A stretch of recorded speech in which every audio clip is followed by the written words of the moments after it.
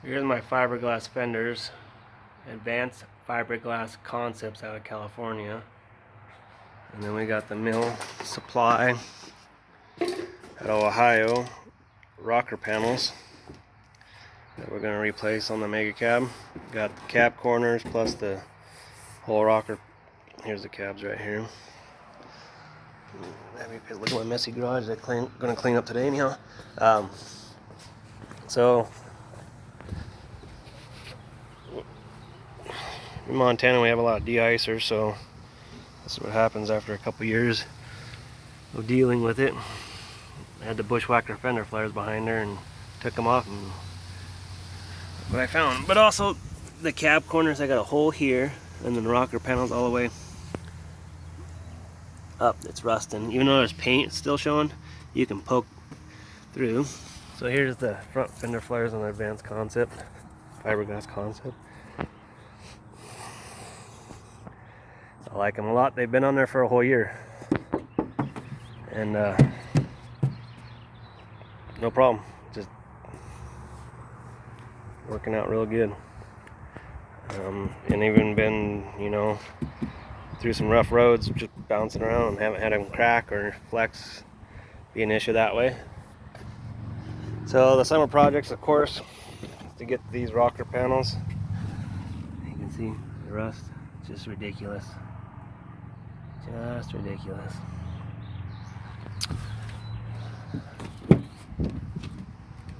And then also on the door, we're getting rust here. I pulled the rubber thing off, but it's just cold weather and a de-icer, and just, if I lived in Arizona, this probably wouldn't be such a problem, but up here in the north,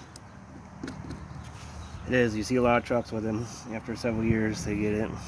It's just that de-icer is so hard. And my truck sits most of the time in the wintertime, except for when I'm going playing in the snow. But so plan on cutting those out, replacing those, pulling the whole box off, pulling the panels off, replacing them, and then when we have the box off, doing some frame cleanup using Eastwood's frame sealant and protectant. They have this new one that came out. It's pretty advanced, so watch some reviews on it. So we're going to do that. See how dirt's just sitting right there and water just collect. That's just going to cause rust to happen. And the de-icer sits there, and I try to power wash this after I get done in the wintertime, but it just doesn't. The icer's nasty. So that's our summer projects to get to this year. Replaced all the dome lights with LEDs. And then I put the blue LED strips in the front, but I want to do them in the back. I have them back here underneath the seats, but I'll show you the front real quick. I mean, it's daytime, so it's hard to see, but it's a huge difference. Definitely recommend them. Get them at Walmart. And this pillow right here, behind there, should be a yellow black wire, if I remember right, that I connected to have it when you open the door. It turns the dome on, which also turns this on after hardwiring with a relay. And then we also did an HVAC blend door repair. We took the whole HVAC out, evacuated the AC before you do that, and then when you get it all done, you need to take it back to a mechanic shop to have negative pressure, so when they can fill it with AC and Freon. Use Blend Door USA, billet aluminum ones. Cost a little more, but definitely worth it after going through the whole hassle of yanking the dash apart.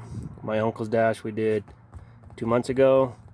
Took me about 4 hours after doing it, and then another hour or two putting it back together after we had it all out. It's not hard, it's just time consuming. An extra set of hands is nice for pulling the dash off. If you go to Blend Door USA on YouTube, there's a guy, he shows you how to do it all. So again, if you're gonna replace the blend doors, go with Blend Door USA. I don't get any kickback from them. I'm just really impressed on how they worked. And I've talked to the guy, because I had one door was catching. It was off just a little bit. I just filed it down, but he was really cool, and real customer friendly. So and then also we've replaced the seats, the heated seats, and the cushions. My uncle's, his truck's an 06, mine's an 07. His seat was his cushion was all the way down to the like frame on the rails. So replaced the passenger and the driver's side. I think on eBay I got the driver's side for like $35, and then the passenger side was hard to find, so I spent like $120, and it was this company out of Texas. I think it's called Custom Seats or something like that out of Texas. I would recommend using theirs. I mean, it's $130, but the foam was way better. They are a custom seat shop. So they know what they're doing, and the foam seemed really good. They also sell seat coverings. I had the little flyer. I was really impressed on how the foam was and the quality compared to the fact. I mean, the cheap one will work, but how long is it going to last? I mean, granted, these aren't hard to pull off, but I don't know. Depends on what you want to do, how much money you got to spend. If you don't have a lot, then don't spend a lot. But if you want to keep good quality in your truck, I recommend the brand that was from Texas. I think it was Custom Seats or Hot Seats or something like that. But anyhow, quit rambling. But we also did my seat element. His went out too. Mine went out. Well, the passenger side went out on his. The driver's side went out on mine. And I just bought the factory Mopar one, so I can still plug in the factory stuff. So there's videos on people doing that. It's not that hard. You just unscrew these off and then pull that off and then just peel the whole thing back. You don't have to take the seat out of the truck. You just pull the cover off. It's easy to do. Just what I also did was I put tape on the frame, on the metal edges in there, because that seems like it's wearing down the foam quicker besides your butt. And then I also put an extra thicker, I cut the old foam, a piece of it, and stuck it on this rail right here, taped it down on there, and then put the factories. So I got a lot more foam, a lot more firmness here on this side, because this is where you slide your butt in and out all the time. So, alright, enough rambling.